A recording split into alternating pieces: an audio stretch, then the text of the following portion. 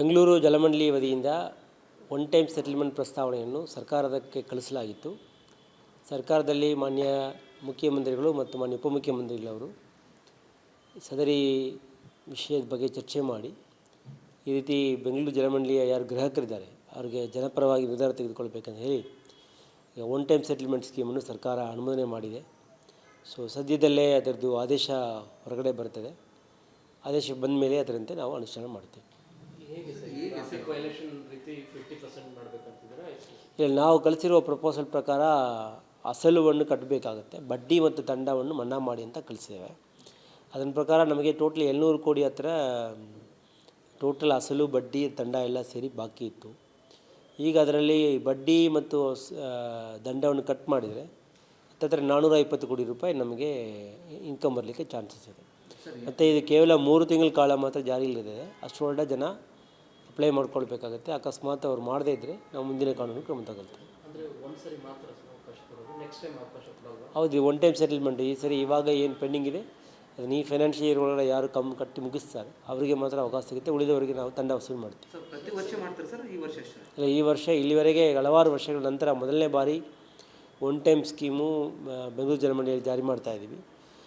ಇದು ಆದಮೇಲೆ ಮತ್ತೆ ತಿರ್ಗಾ ಯಾವುದೇ ಸ್ಕೀಮ್ ತರಲ್ಲ. ಯಾಕಂದರೆ ಒಂದು ಸರಿ ನಾವೆಲ್ಲ ಕ್ಲಿಯರ್ ಮಾಡಿದ್ದೀವಿ ಡ್ಯೂಸು, ಮತ್ತು ತಿರ್ಗಾ ಸ್ಕೀಮ್ ತರುವಂಥ ಅವಶ್ಯಕತೆ ಬರಲ್ಲ.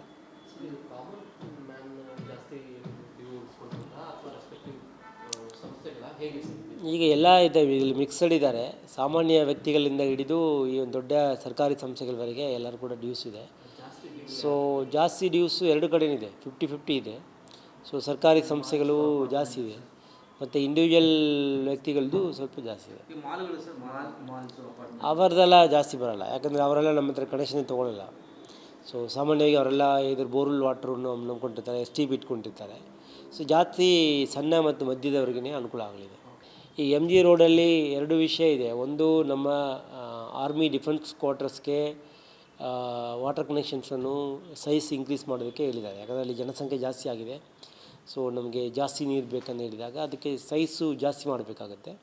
ಅದು 40 ಇಯರ್ಸ್ಗೆ ಮುಂಚೆ ಇರುವ ಲೈನಲ್ಲಿ ಈಗ ನೀರು ತೊಗೊಳ್ತಾ ಇದೆ. ಹಾಗಾಗಿ ಅದನ್ನು ಬದಲಾವಣೆ ಮಾಡಬೇಕನ್ನೋ ಒಂದು ಬೇಡಿಕೆ ಇದೆ.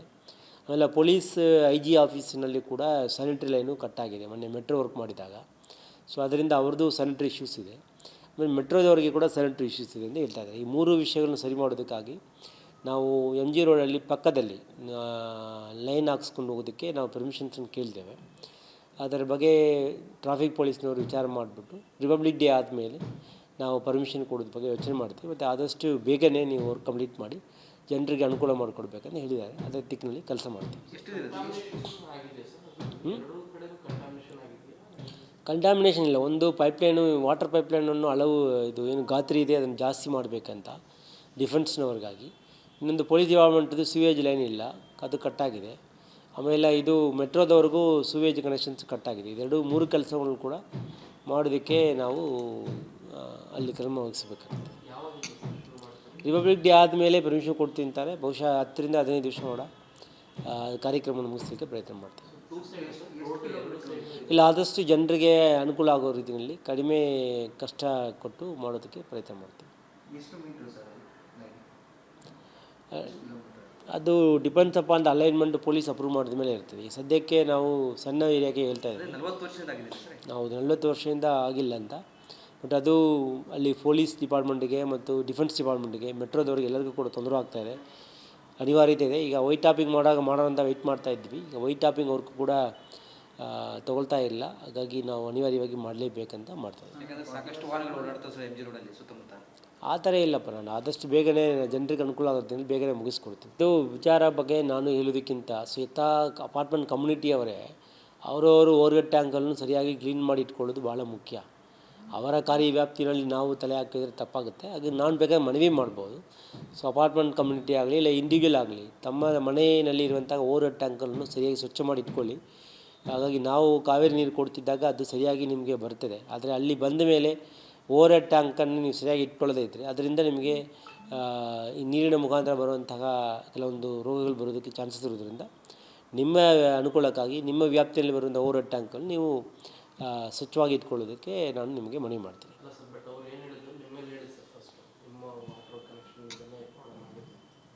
ಕಾರಣಕ್ಕೆಲ್ಲ ಅಪಾರ್ಟ್ಮೆಂಟ್ ಇಲ್ಲ, ನಾನು ಆಗಲೇ ಹೇಳಿದಿಲ್ಲ, ಒಂದು ಅಪಾರ್ಟ್ಮೆಂಟಲ್ಲಿ ಆ ಥರ ಸಮಸ್ಯೆ ಆಗಿದ್ದರೆ ಅದರಿಂದ ಸಾವಿರಾರು ಲೈನ್ಗಳು ಹೋಗ್ತದೆ, ಅಷ್ಟು ಜನರಿಗೆ ಅನುಕೂಲ ತೊಂದರೆ ಆಗಿರಬೇಕಲ್ವಾ. ಈಗ ಒಂದು ಅಪಾರ್ಟ್ಮೆಂಟ್ ಕಮ್ಯುನಿಟಿಗೆ ಮಾತ್ರ ಆಗ್ತಿದೆ ಅಂದರೆ ಅದು ಅವರ ವ್ಯಾಪ್ತಿಯಲ್ಲಿ ಬರುವಂಥ ಓವರ್ ಟ್ಯಾಂಕ್ಗಳು ಸರಿಯಾಗಿ ಇಟ್ಕೊಳ್ಳೋಂಥ ಖಚಿತ ಆಗಿದೆ. ಮತ್ತು ನಮ್ಮವರು ಕೂಡ ಅಲ್ಲಿ ಸ್ಥಳ ತನಿಖೆ ಮಾಡಿದ್ದಾರೆ, ನಮ್ಮ ಸಿ ಇ ಹೋಗಿದ್ದಾರೆ, ಅಲ್ಲಿ ವಾಟರ್ ಸ್ಯಾಂಪಲ್ ತೊಗೊಂಡಿದ್ದಾರೆ, ಎಲ್ಲ ಕರೆಕ್ಟಾಗಿದೆ ಅಂತ ಹೇಳಿದ್ದಾರೆ. ನಮ್ಮ ಪ್ರಕಾರ ನಾವು ಏನು ನಮ್ಮ ಪಾಯಿಂಟ್ ಆಫ್ ಡೆಲಿವರಿ ಇದೆ ಅಲ್ಲಿ ಕರೆಕ್ಟಾಗಿದೆ. ಸೊ ಅದನ್ನು ಅಕಸ್ಮಾತ್ ಹಂಗಿದ್ದರೆ ಅಪಾರ್ಟ್ಮೆಂಟ್ ಅವರು ಕೂಡ ನಮ್ಮ ಹತ್ರ ವಿರೋಧ ಮಾಡ್ತಿದ್ರು, ಈಗ ಯಾಕೆ ಅವ್ರು ಮಾಡ್ತಾಯಿಲ್ಲ.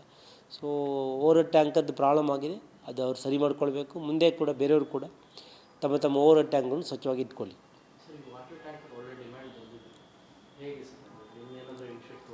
ಇಲ್ಲ, ವಾಟರ್ ಟ್ಯಾಂಕರ್ದು ನಾನು ಆಗಲೇ ಹೇಳಿದ ಪ್ರಕಾರ ಖಾಸಗಿ ಟ್ಯಾಂಕರ್ಗಿಂತ ನಾವು ಕಡಿಮೆ ಬೆಲೆಯಲ್ಲಿ ಕೊಡ್ತಾಯಿದ್ದೀವಿ. ಮತ್ತು ಗುಣಮಟ್ಟ ಕಾವೇರಿ ನೀರನ್ನು ಕೊಡ್ತಾಯಿದ್ವಿ. ಮತ್ತು ಡೋರ್ನಲ್ಲಿ ಡೆಲಿವರಿ ಮಾಡ್ತೀವಿ, ಯಾವುದೇ ರೀತಿಯಲ್ಲಿ ಡಿಲೇ ಆಗ್ತಾಯಿಲ್ಲ ಅಂತ ಒಳ್ಳೆಯ ಬೆಂಬಲ ಇದೆ. ಜನರು ಭಾಳ ಬೆಂಬಲ ಕೊಟ್ಟಿದ್ದಾರೆ. ಸೊ ಈ ಯೋಜನೆಯನ್ನು ಇನ್ನೂ ವ್ಯಾಪಕವಾಗಿ ಜಾರಿ ಮಾಡೋದಕ್ಕೆ ಪ್ರಯತ್ನ ಮಾಡ್ತೀವಿ. ಸಮ್ಮರ್ನಲ್ಲಿ ನಾವು ಖಂಡಿತ ಮಾಡ್ತೀವಿ. ಡಿಮ್ಯಾಂಡ್ ಜಾಸ್ತಿ ಆದರೆ ಅದನ್ನು ಫುಲ್ಫಿಲ್ ಮಾಡೋಕ್ಕೆ ಎಲ್ಲ ರೀತಿಯಲ್ಲಿ ವ್ಯವಸ್ಥೆ ಮಾಡ್ಕೊಂಡಿದ್ದೇವೆ. ಸೊ ಖಂಡಿತ ಅದನ್ನು ಫುಲ್ಫಿಲ್ ಮಾಡ್ತೀವಿ. ಸರ್, ಇದು ಮತ್ತೆ ದರ ವಿಚಾರವಾಗಿ ಸರ್ ಮತ್ತೇನು ಜಾಸ್ತಿ ಆಗಲ್ಲ ಸರ್ ನೀರಿನ ದರ? ನೀರಿನ ದರ ಯಾವುದು ಕೂಡ ಇವಾಗ ಏನು ಏಪ್ರಿಲ್ 1, 2025ಕ್ಕೆ ಜಾರಿಯಾಗಿದೆ. ಆ ರೂಲ್ಸ್ ಪ್ರಕಾರ ಅದು ಜಾರಿ ಆಗ್ತಾ ಇರ್ತದೆ. ಅದು ಆಟೋಮೆಟಿಕ್ಲಾಗಿ ಕೆಲವೊಂದು ನಮ್ಮ ಅಡ್ಮಿನಿಸ್ಟ್ರೇಟಿವ್ ರಿಫಾರ್ಮ್ಸ್ ಕಮಿಷನ್ ಅವರು ಕೆಲವೊಂದು ಡೈರೆಕ್ಷನ್ಸ್ ಕೊಟ್ಟಿದ್ದಾರೆ. ಅದರ ಪ್ರಕಾರ ಪ್ರತಿ ವರ್ಷ 3% ಜಾಸ್ತಿ ಆಗುತ್ತೆ. 3% ಅಂದರೆ ಅದೇನು ಭಾಳ ಕಡಿಮೆ ಆಗುತ್ತೆ. ಸರ್ ಲೀಟರ್ಗೆ ಹೇಗೆ ಸರ್ ಅದು? ಇಲ್ಲ, ನಮ್ಮದು ಏನು ದರ ಇದೆ ಅದರಲ್ಲಿ 3% ಜಾಸ್ತಿ ಆಗುತ್ತೆ. ಇಲ್ಲ, ನಮ್ಮ ಸಿ ಎಂ ಇದಾಗುತ್ತೆ, ನಮ್ಮ ಬೋರ್ಡಿಂದಲೇ ಆಟೋಮೆಟಿಕ್ಕಾಗಿ ಆಗುತ್ತಾರೆ, ಅಪ್ರೂವಲ್ ಆಗಿದೆ. ಸೊ ಈಗ ಏನಾಗುತ್ತೆ, ಬೆಲೆ ಏರಿಕೆ ಪ್ರತಿ ವರ್ಷ ಪ್ರತಿ ತಿಂಗಳು ಆಗ್ತಾನೇ ಇರ್ತದೆ. ಸೊ ಪ್ರತಿ ಸರಿ ಹೋಗಿ ಅದನ್ನು ಬೆಲೆ ಏರಿಕೆ ಮಾಡೋದು ಕಷ್ಟ ಆಗುತ್ತೆ. ಹಾಗಾಗಿ ನಮ್ಮ ಏನು government of India, government of Karnataka administrative reforms commissioner ಏನು ಡೈರೆಕ್ಷನ್ ಕೊಟ್ಟಿದ್ದಾರೆ ಅದರ ಪ್ರಕಾರ ಆಟೋಮೆಟಿಕ್ಲಾಗಿ ಈಗ ಕರೆಂಟ್ ಬಿಲ್ಲು ಇದೆಲ್ಲ ಇರ್ತವೆ, ಆ ಥರ ಇದು ಕೂಡ ಪ್ರತಿ ವರ್ಷವೂ ಕೂಡ ಫೈನಾನ್ಷಿಯಲ್ ಪ್ರಾರಂಭದಲ್ಲಿ ಕಡಿಮೆ ಪರ್ಸೆಂಟೇಜ್ ಲೆಕ್ಕದಲ್ಲಿ ಅದು ಆಟೋಮೆಟಿಕ್ಕಾಗಿ ಇನ್ಕ್ರೀಸ್ ಆಗುತ್ತೆ. ಬೆಂಗಳೂರು ಜಲಮಂಡಳಿ ವತಿಯಿಂದ ಒನ್ ಟೈಮ್ ಸೆಟಲ್ಮೆಂಟ್ ಪ್ರಸ್ತಾವನೆಯನ್ನು ಸರ್ಕಾರಕ್ಕೆ ಕಳಿಸಲಾಗಿತ್ತು. ಸರ್ಕಾರದಲ್ಲಿ ಮಾನ್ಯ ಮುಖ್ಯಮಂತ್ರಿಗಳು ಮತ್ತು ಮಾನ್ಯ ಉಪಮುಖ್ಯಮಂತ್ರಿಗಳವರು ಸದರಿ ವಿಷಯದ ಬಗ್ಗೆ ಚರ್ಚೆ ಮಾಡಿ ಈ ರೀತಿ ಬೆಂಗಳೂರು ಜಲಮಂಡಳಿಯ ಯಾರು ಗ್ರಾಹಕರಿದ್ದಾರೆ ಅವ್ರಿಗೆ ಜನಪರವಾಗಿ ನಿರ್ಧಾರ ತೆಗೆದುಕೊಳ್ಬೇಕಂತ ಹೇಳಿ ಒನ್ ಟೈಮ್ ಸೆಟಲ್ಮೆಂಟ್ ಸ್ಕೀಮನ್ನು ಸರ್ಕಾರ ಅನುಮೋದನೆ ಮಾಡಿದೆ. ಸೊ ಸದ್ಯದಲ್ಲೇ ಅದರದ್ದು ಆದೇಶ ಹೊರಗಡೆ ಬರ್ತದೆ. ಆದೇಶ ಬಂದ ಮೇಲೆ ಅದರಂತೆ ನಾವು ಅನುಷ್ಠಾನ ಮಾಡ್ತೀವಿ. ಇಲ್ಲ, ನಾವು ಕಳಿಸಿರುವ ಪ್ರಪೋಸಲ್ ಪ್ರಕಾರ ಅಸಲುವನ್ನು ಕಟ್ಟಬೇಕಾಗುತ್ತೆ, ಬಡ್ಡಿ ಮತ್ತು ದಂಡವನ್ನು ಮನ್ನಾ ಮಾಡಿ ಅಂತ ಕಳಿಸಿದ್ದೇವೆ. ಅದರ ಪ್ರಕಾರ ನಮಗೆ ಟೋಟಲ್ 700 ಕೋಟಿ ಹತ್ತಿರ ಟೋಟಲ್ ಅಸಲು ಬಡ್ಡಿ ದಂಡ ಎಲ್ಲ ಸೇರಿ ಬಾಕಿ ಇತ್ತು. ಈಗ ಅದರಲ್ಲಿ ಬಡ್ಡಿ ಮತ್ತು ದಂಡವನ್ನು ಕಟ್ ಮಾಡಿದರೆ ಹತ್ತಿರ 420 ಕೋಟಿ ರೂಪಾಯಿ ನಮಗೆ ಇನ್ಕಮ್ ಬರಲಿಕ್ಕೆ ಚಾನ್ಸಸ್ ಇದೆ. ಮತ್ತು ಇದು ಕೇವಲ 3 ತಿಂಗಳ ಕಾಲ ಮಾತ್ರ ಜಾರಿಯಲ್ಲಿದೆ. ಅಷ್ಟರೊಳಗೆ ಜನ ಅಪ್ಲೈ ಮಾಡ್ಕೊಳ್ಬೇಕಾಗತ್ತೆ. ಅಕಸ್ಮಾತ್ ಅವ್ರು ಮಾಡದೇ ಇದ್ದರೆ ನಾವು ಮುಂದಿನ ಕಾನೂನು ಕ್ರಮ ತಗೊಳ್ತೀವಿ. ಹೌದು, ಒನ್ ಟೈಮ್ ಸೆಟಲ್ಮೆಂಟ್ ಈ ಸರಿ ಇವಾಗ ಏನು ಪೆಂಡಿಂಗ್ ಇದೆ ಅದನ್ನು ಈ ಫೈನಾನ್ಷಿಯಲ್ ಇಯರ್ ಒಳಗಡೆ ಯಾರು ಕಟ್ಟಿ ಮುಗಿಸ್ತಾರೆ ಅವರಿಗೆ ಮಾತ್ರ ಅವಕಾಶ ಸಿಗುತ್ತೆ, ಉಳಿದವರಿಗೆ ನಾವು ದಂಡ ವಸೂಲು ಮಾಡ್ತೀವಿ. ಸರ್ ಪ್ರತಿ ವರ್ಷ ಮಾಡ್ತಾರೆ ಸರ್, ಈ ವರ್ಷ ಅಷ್ಟೇ? ಇಲ್ಲ, ಈ ವರ್ಷ ಇಲ್ಲಿವರೆಗೆ ಹಲವಾರು ವರ್ಷಗಳ ನಂತರ ಮೊದಲನೇ ಬಾರಿ ಒನ್ ಟೈಮ್ ಸ್ಕೀಮು ಬೆಂಗಳೂರು ಜಲಮಂಡಳಿಯಲ್ಲಿ ಜಾರಿ ಮಾಡ್ತಾಯಿದ್ದೀವಿ. ಇದು ಆದಮೇಲೆ ಮತ್ತೆ ತಿರ್ಗಾ ಯಾವುದೇ ಸ್ಕೀಮ್ ತರಲ್ಲ. ಯಾಕಂದರೆ ಒಂದು ಸರಿ ನಾವೆಲ್ಲ ಕ್ಲಿಯರ್ ಮಾಡಿದ್ದೀವಿ ಡ್ಯೂಸು, ಮತ್ತು ತಿರ್ಗಾ ಸ್ಕೀಮ್ ತರುವಂಥ ಅವಶ್ಯಕತೆ ಬರಲ್ಲ.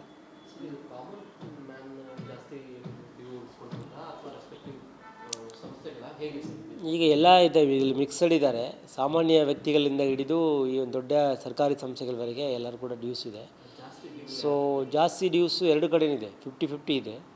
ಸೊ ಸರ್ಕಾರಿ ಸಂಸ್ಥೆಗಳು ಜಾಸ್ತಿ ಇದೆ ಮತ್ತು ಇಂಡಿವಿಜುವಲ್ ವ್ಯಕ್ತಿಗಳದ್ದು ಸ್ವಲ್ಪ ಜಾಸ್ತಿ ಇದೆ. ಅವರದೆಲ್ಲ ಜಾಸ್ತಿ ಬರೋಲ್ಲ, ಯಾಕಂದರೆ ಅವರೆಲ್ಲ ನಮ್ಮ ಹತ್ರ ಕನೆಕ್ಷನ್ ತೊಗೊಳ್ಳಲ್ಲ. ಸೊ ಸಾಮಾನ್ಯವಾಗಿ ಅವರೆಲ್ಲ ಇದ್ರ ಬೋರ್ವೆಲ್ ವಾಟ್ರನ್ನು ನಂಬ್ಕೊಂಡಿರ್ತಾರೆ, STP ಇಟ್ಕೊಂಡಿರ್ತಾರೆ. ಸೊ ಜಾಸ್ತಿ ಸಣ್ಣ ಮತ್ತು ಮಧ್ಯದವರೆಗೇ ಅನುಕೂಲ ಆಗಲಿದೆ. ಈ MG ರೋಡಲ್ಲಿ 2 ವಿಷಯ ಇದೆ. ಒಂದು, ನಮ್ಮ ಆರ್ಮಿ ಡಿಫೆನ್ಸ್ ಕ್ವಾರ್ಟರ್ಸ್ಗೆ ವಾಟರ್ ಕನೆಕ್ಷನ್ಸನ್ನು ಸೈಜ್ ಇನ್ಕ್ರೀಸ್ ಮಾಡೋದಕ್ಕೆ ಹೇಳಿದ್ದಾರೆ. ಯಾಕಂದರೆ ಅಲ್ಲಿ ಜನಸಂಖ್ಯೆ ಜಾಸ್ತಿ ಆಗಿದೆ. ಸೊ ನಮಗೆ ಜಾಸ್ತಿ ನೀರು ಬೇಕಂತ ಹೇಳಿದಾಗ ಅದಕ್ಕೆ ಸೈಜು ಜಾಸ್ತಿ ಮಾಡಬೇಕಾಗತ್ತೆ. ಅದು 40 ಇಯರ್ಸ್ಗೆ ಮುಂಚೆ ಇರುವ ಲೈನಲ್ಲಿ ಈಗ ನೀರು ತೊಗೊಳ್ತಾ ಇದೆ. ಹಾಗಾಗಿ ಅದನ್ನು ಬದಲಾವಣೆ ಮಾಡಬೇಕನ್ನೋ ಒಂದು ಬೇಡಿಕೆ ಇದೆ. ಆಮೇಲೆ ಪೊಲೀಸ್ IG ಆಫೀಸಿನಲ್ಲಿ ಕೂಡ ಸ್ಯಾನಿಟರಿ ಲೈನು ಕಟ್ಟಾಗಿದೆ ಮೊನ್ನೆ ಮೆಟ್ರೋ ವರ್ಕ್ ಮಾಡಿದಾಗ. ಸೊ ಅದರಿಂದ ಅವ್ರದ್ದು ಸ್ಯಾನಿಟರಿ ಇಶ್ಯೂಸ್ ಇದೆ. ಆಮೇಲೆ ಮೆಟ್ರೋದವರಿಗೆ ಕೂಡ ಸ್ಯಾನಿಟರಿ ಇಶ್ಯೂಸ್ ಇದೆ ಅಂತ ಹೇಳ್ತಾ ಇದ್ದಾರೆ. ಈ ಮೂರು ವಿಷಯಗಳನ್ನು ಸರಿ ಮಾಡೋದಕ್ಕಾಗಿ ನಾವು MG ರೋಡಲ್ಲಿ ಪಕ್ಕದಲ್ಲಿ ಲೈನ್ ಹಾಕ್ಸ್ಕೊಂಡು ಹೋಗೋದಕ್ಕೆ ನಾವು ಪರ್ಮಿಷನ್ಸನ್ನು ಕೇಳಿದ್ದೇವೆ. ಅದರ ಬಗ್ಗೆ ಟ್ರಾಫಿಕ್ ಪೊಲೀಸ್ನವರು ವಿಚಾರ ಮಾಡಿಬಿಟ್ಟು ರಿಪಬ್ಲಿಕ್ ಡೇ ಆದಮೇಲೆ ನಾವು ಪರ್ಮಿಷನ್ ಕೊಡೋದ್ರ ಬಗ್ಗೆ ಯೋಚನೆ ಮಾಡ್ತೀವಿ. ಮತ್ತು ಆದಷ್ಟು ಬೇಗನೆ ನೀವು ವರ್ಕ್ ಕಂಪ್ಲೀಟ್ ಮಾಡಿ ಜನರಿಗೆ ಅನುಕೂಲ ಮಾಡಿಕೊಡ್ಬೇಕಂತ ಹೇಳಿದ್ದಾರೆ. ಅದೇ ದಿಕ್ಕಿನಲ್ಲಿ ಕೆಲಸ ಮಾಡ್ತೀವಿ. ಕಂಟಾಮಿನೇಷನ್ ಇಲ್ಲ. ಒಂದು ಪೈಪ್ಲೈನು ವಾಟರ್ ಪೈಪ್ಲೈನನ್ನು ಹಲವು ಇದು ಏನು ಗಾತ್ರಿ ಇದೆ ಅದನ್ನು ಜಾಸ್ತಿ ಮಾಡಬೇಕಂತ ಡಿಫೆನ್ಸ್ನವ್ರಿಗಾಗಿ. ಇನ್ನೊಂದು ಪೊಲೀಸ್ ಡಿಪಾರ್ಟ್ಮೆಂಟ್ದು ಸಿವೇಜ್ ಲೈನ್ ಇಲ್ಲ, ಅದು ಕಟ್ಟಾಗಿದೆ. ಆಮೇಲೆ ಇದು ಮೆಟ್ರೋದವ್ರಿಗೂ ಸಿವೇಜ್ ಕನೆಕ್ಷನ್ಸ್ ಕಟ್ಟಾಗಿದೆ. ಇದೆರಡು 3 ಕೆಲಸಗಳನ್ನು ಕೂಡ ಮಾಡೋದಕ್ಕೆ ನಾವು ಅಲ್ಲಿ ಕ್ರಮ ವಹಿಸಬೇಕಾಗುತ್ತೆ. ರಿಪಬ್ಲಿಕ್ ಡೇ ಆದಮೇಲೆ ಪರ್ಮಿಷನ್ ಕೊಡ್ತೀನಿ ಅಂತಾರೆ. ಬಹುಶಃ 10 ರಿಂದ 15 ದಿವಸ ಕೂಡ ಕಾರ್ಯಕ್ರಮವನ್ನು ಮುಗಿಸಲಿಕ್ಕೆ ಪ್ರಯತ್ನ ಮಾಡ್ತೀವಿ. ಇಲ್ಲ, ಆದಷ್ಟು ಜನರಿಗೆ ಅನುಕೂಲ ಆಗೋ ರೀತಿಯಲ್ಲಿ ಕಡಿಮೆ ಕಷ್ಟ ಕೊಟ್ಟು ಮಾಡೋದಕ್ಕೆ ಪ್ರಯತ್ನ ಮಾಡ್ತೀವಿ. ಅದು depends upon the alignment police approve ಮಾಡಿದ ಮೇಲೆ ಇರ್ತದೆ. ಈ ಸದ್ಯಕ್ಕೆ ನಾವು ಸಣ್ಣ ಏರಿಯಾಗೆ ಹೇಳ್ತಾ ಇದ್ದೀವಿ. 40 ವರ್ಷದಿಂದ ಆಗಿದೆ ಸರ್. ಹೌದು, 40 ವರ್ಷದಿಂದ ಆಗಿಲ್ಲ ಅಂತ. ಬಟ್ ಅದು ಅಲ್ಲಿ ಪೊಲೀಸ್ ಡಿಪಾರ್ಟ್ಮೆಂಟಿಗೆ ಮತ್ತು ಡಿಫೆನ್ಸ್ ಡಿಪಾರ್ಟ್ಮೆಂಟಿಗೆ ಮೆಟ್ರೋದವ್ರಿಗೆ ಎಲ್ಲರಿಗೂ ಕೂಡ ತೊಂದರೆ ಆಗ್ತಾಯಿದೆ, ಅನಿವಾರ್ಯತೆ ಇದೆ. ಈಗ ವೈಟ್ ಟಾಪಿಂಗ್ ಮಾಡೋಣ ಅಂತ ವೆಯ್ಟ್ ಮಾಡ್ತಾ ಇದ್ವಿ. ಈಗ ವೈಟ್ ಟಾಪಿಂಗ್ ವರ್ಕ್ ಕೂಡ ತೊಗೊಳ್ತಾ ಇಲ್ಲ. ಹಾಗಾಗಿ ನಾವು ಅನಿವಾರ್ಯವಾಗಿ ಮಾಡಲೇಬೇಕಂತ ಮಾಡ್ತಾಯಿದ್ವಿ. ಯಾಕಂದರೆ ಸಾಕಷ್ಟು ವಾಹನಗಳು ಓಡಾಡ್ತಾ ಸರ್ MG ರೋಡಲ್ಲಿ ಸುತ್ತಮುತ್ತ. ಆ ಥರ ಇಲ್ಲಪ್ಪ, ನಾನು ಆದಷ್ಟು ಬೇಗನೆ ಜನರಿಗೆ ಅನುಕೂಲ ಆಗುತ್ತೆ ಅಂತ ಬೇಗನೆ ಮುಗಿಸ್ಕೊಡ್ತೀನಿ. ಇದು ವಿಚಾರ ಬಗ್ಗೆ ನಾನು ಹೇಳೋದಕ್ಕಿಂತ ಸ್ವತಃ ಅಪಾರ್ಟ್ಮೆಂಟ್ ಕಮ್ಯುನಿಟಿಯವರೇ ಅವರವರು ಓವರ್ಹೆಡ್ ಟ್ಯಾಂಕನ್ನು ಸರಿಯಾಗಿ ಕ್ಲೀನ್ ಮಾಡಿ ಇಟ್ಕೊಳ್ಳೋದು ಭಾಳ ಮುಖ್ಯ. ಅವರ ಕಾರ್ಯವ್ಯಾಪ್ತಿನಲ್ಲಿ ನಾವು ತಲೆ ಹಾಕಿದರೆ ತಪ್ಪಾಗುತ್ತೆ. ಹಾಗೆ ನಾನು ಬೇಕಾದ್ರೆ ಮನವಿ ಮಾಡ್ಬೋದು. ಸೊ ಅಪಾರ್ಟ್ಮೆಂಟ್ ಕಮ್ಯುನಿಟಿ ಆಗಲಿ ಇಲ್ಲ ಇಂಡಿವಿಜುವಲ್ ಆಗಲಿ ತಮ್ಮ ಮನೆಯಲ್ಲಿ ಇರುವಂಥ ಓವರ್ಹೆಡ್ ಟ್ಯಾಂಕನ್ನು ಸರಿಯಾಗಿ ಸ್ವಚ್ಛ ಮಾಡಿ ಇಟ್ಕೊಳ್ಳಿ. ಹಾಗಾಗಿ ನಾವು ಕಾವೇರಿ ನೀರು ಕೊಡ್ತಿದ್ದಾಗ ಅದು ಸರಿಯಾಗಿ ನಿಮಗೆ ಬರ್ತದೆ. ಆದರೆ ಅಲ್ಲಿ ಬಂದ ಮೇಲೆ ಓವರ್ಹೆಡ್ ಟ್ಯಾಂಕನ್ನು ನೀವು ಸರಿಯಾಗಿ ಇಟ್ಕೊಳ್ಳೋದೇ ಇದ್ದರೆ ಅದರಿಂದ ನಿಮಗೆ ಈ ನೀರಿನ ಮುಖಾಂತರ ಬರುವಂತಹ ಕೆಲವೊಂದು ರೋಗಗಳು ಬರೋದಕ್ಕೆ ಚಾನ್ಸಸ್ ಇರೋದ್ರಿಂದ ನಿಮ್ಮ ಅನುಕೂಲಕ್ಕಾಗಿ ನಿಮ್ಮ ವ್ಯಾಪ್ತಿಯಲ್ಲಿ ಬರುವಂಥ ಓವರ್ಹೆಡ್ ಟ್ಯಾಂಕನ್ನು ನೀವು ಸ್ವಚ್ಛವಾಗಿ ಇಟ್ಕೊಳ್ಳೋದಕ್ಕೆ ನಾನು ನಿಮಗೆ ಮನವಿ ಮಾಡ್ತೀನಿ.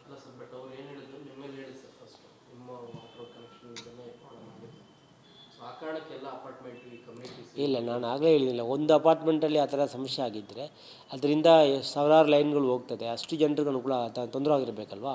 ಈಗ ಒಂದು ಅಪಾರ್ಟ್ಮೆಂಟ್ ಕಮ್ಯುನಿಟಿಗೆ ಮಾತ್ರ ಆಗ್ತಿದೆ ಅಂದರೆ ಅದು ಅವರ ವ್ಯಾಪ್ತಿಯಲ್ಲಿ ಬರುವಂಥ ಓವರ್ಹೆಡ್ ಟ್ಯಾಂಕನ್ನು ಸರಿಯಾಗಿ ಇಟ್ಕೊಳ್ಳೋಂಥ ಖಚಿತ ಆಗಿದೆ. ಮತ್ತು ನಮ್ಮವರು ಕೂಡ ಅಲ್ಲಿ ಸ್ಥಳ ತನಿಖೆ ಮಾಡಿದ್ದಾರೆ, ನಮ್ಮ CE ಹೋಗಿದ್ದಾರೆ, ಅಲ್ಲಿ ವಾಟರ್ ಸ್ಯಾಂಪಲ್ ತೊಗೊಂಡಿದ್ದಾರೆ, ಎಲ್ಲ ಕರೆಕ್ಟಾಗಿದೆ ಅಂತ ಹೇಳಿದ್ದಾರೆ. ನಮ್ಮ ಪ್ರಕಾರ ನಾವು ಏನು ನಮ್ಮ ಪಾಯಿಂಟ್ ಆಫ್ ಡೆಲಿವರಿ ಇದೆ ಅಲ್ಲಿ ಕರೆಕ್ಟಾಗಿದೆ. ಸೊ ಅದನ್ನು ಅಕಸ್ಮಾತ್ ಹಂಗಿದ್ದರೆ ಅಪಾರ್ಟ್ಮೆಂಟ್ ಅವರು ಕೂಡ ನಮ್ಮ ಹತ್ರ ವಿರೋಧ ಮಾಡ್ತಿದ್ರು. ಈಗ ಯಾಕೆ ಅವ್ರು ಮಾಡ್ತಾಯಿಲ್ಲ? ಸೊ ಓವರ್ಹೆಡ್ ಟ್ಯಾಂಕದ್ದು ಪ್ರಾಬ್ಲಮ್ ಆಗಿದೆ, ಅದು ಅವ್ರು ಸರಿ ಮಾಡ್ಕೊಳ್ಬೇಕು. ಮುಂದೆ ಕೂಡ ಬೇರೆಯವರು ಕೂಡ ತಮ್ಮ ತಮ್ಮ ಓವರ್ಹೆಡ್ ಟ್ಯಾಂಕ್ಗಳನ್ನು ಸ್ವಚ್ಛವಾಗಿ ಇಟ್ಕೊಳ್ಳಿ.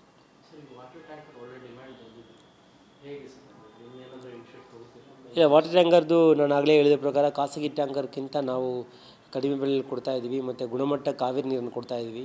ಮತ್ತು ಡೋರ್ನಲ್ಲಿ ಡೆಲಿವರಿ ಮಾಡ್ತೀವಿ. ಯಾವುದೇ ರೀತಿಯಲ್ಲಿ ಡಿಲೇ ಆಗ್ತಾಯಿಲ್ಲ ಅಂತ ಒಳ್ಳೆಯ ಬೆಂಬಲ ಇದೆ. ಜನರು ಭಾಳ ಬೆಂಬಲ ಕೊಟ್ಟಿದ್ದಾರೆ. ಸೊ ಈ ಯೋಜನೆಯನ್ನು ಇನ್ನೂ ವ್ಯಾಪಕವಾಗಿ ಜಾರಿ ಮಾಡೋದಕ್ಕೆ ಪ್ರಯತ್ನ ಮಾಡ್ತೀವಿ. ಸಮ್ಮರ್ನಲ್ಲಿ ನಾವು ಖಂಡಿತ ಮಾಡ್ತೀವಿ. ಡಿಮ್ಯಾಂಡ್ ಜಾಸ್ತಿ ಆದರೆ ಅದನ್ನು ಫುಲ್ಫಿಲ್ ಮಾಡೋಕ್ಕೆ ಎಲ್ಲ ರೀತಿಯಲ್ಲಿ ವ್ಯವಸ್ಥೆ ಮಾಡ್ಕೊಂಡಿದ್ದೇವೆ. ಸೊ ಖಂಡಿತ ಅದನ್ನು ಫುಲ್ಫಿಲ್ ಮಾಡ್ತೀವಿ. ಸರ್, ಇದು ಮತ್ತೆ ದರ ವಿಚಾರವಾಗಿ ಸರ್ ಮತ್ತೇನು ಜಾಸ್ತಿ ಆಗಲ್ಲ ಸರ್ ನೀರಿನ ದರ ಯಾವುದು ಕೂಡ ಇವಾಗ ಏನು ಏಪ್ರಿಲ್ 1, 2025ಕ್ಕೆ ಜಾರಿಯಾಗಿದೆ. ಆ ರೂಲ್ಸ್ ಪ್ರಕಾರ ಅದು ಜಾರಿ ಆಗ್ತಾ ಇರ್ತದೆ. ಅದು ಆಟೋಮೆಟಿಕ್ಲಾಗಿ ಕೆಲವೊಂದು ನಮ್ಮ ಅಡ್ಮಿನಿಸ್ಟ್ರೇಟಿವ್ ರಿಫಾರ್ಮ್ಸ್ ಕಮಿಷನವರು ಕೆಲವೊಂದು ಡೈರೆಕ್ಷನ್ಸ್ ಕೊಟ್ಟಿದ್ದಾರೆ. ಅದರ ಪ್ರಕಾರ ಪ್ರತಿ ವರ್ಷ 3% ಜಾಸ್ತಿ ಆಗುತ್ತೆ. 3% ಅಂದರೆ ಅದೇನು ಭಾಳ ಕಡಿಮೆ ಆಗುತ್ತೆ. ಸರ್ ಲೀಟರ್ಗೆ ಹೇಗೆ ಸರ್? ಇಲ್ಲ, ನಮ್ಮದು ಏನು ದರ ಇದೆ ಅದರಲ್ಲಿ 3% ಜಾಸ್ತಿ ಆಗುತ್ತೆ. ಇಲ್ಲ, ನಮ್ಮ CM ಇದಾಗುತ್ತೆ, ನಮ್ಮ ಬೋರ್ಡಿಂದಲೇ ಆಟೋಮೆಟಿಕ್ಕಾಗಿ ಆಗುತ್ತಾರೆ, ಅಪ್ರೂವಲ್ ಆಗಿದೆ. ಸೊ ಈಗ ಏನಾಗುತ್ತೆ, ಬೆಲೆ ಏರಿಕೆ ಪ್ರತಿ ವರ್ಷ ಪ್ರತಿ ತಿಂಗಳು ಆಗ್ತಾನೇ ಇರ್ತದೆ.